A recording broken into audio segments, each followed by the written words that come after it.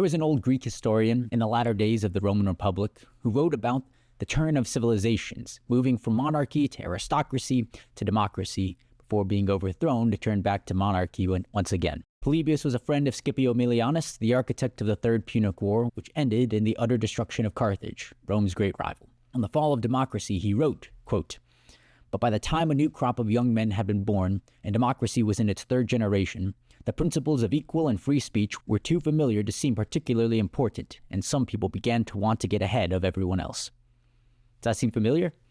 A skepticism of free speech after growing too accustomed to it.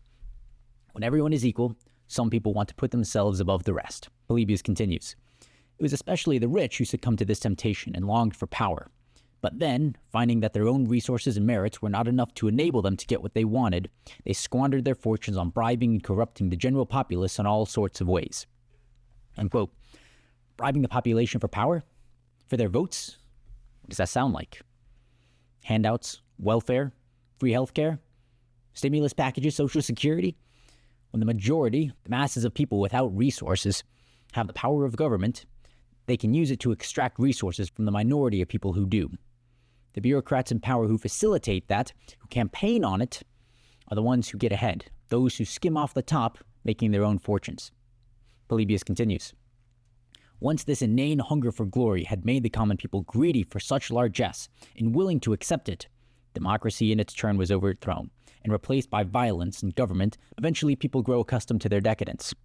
And once the resources run out, then a champion of the people, one who has been excluded from office, Polybius says by his poverty, but perhaps in our day you could say it's something like due to his skin color or gender, will lead the people to institute a new government by force." This isn't just the story of Polybius. This is the story of Caesar, of Cleon in Athens, of Napoleon, more so afterwards, and if we're not careful, it'll be our story as well. I mentioned at the beginning that Polybius was around during the Third Punic War, and actually got to see it firsthand. The war was Rome in her decadence and decline. You could argue the first two wars against Carthage were actually justified and helped Rome to build herself up. But this third war was Rome looking for a fight that didn't need to be had.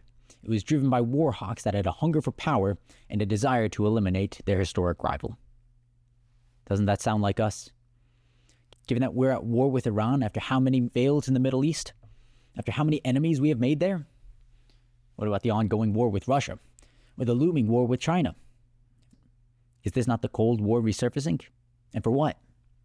A day is coming, whether we want it or not, where American democracy will enter her twilight years, where a man of vision and daring will lead us into her age of empire.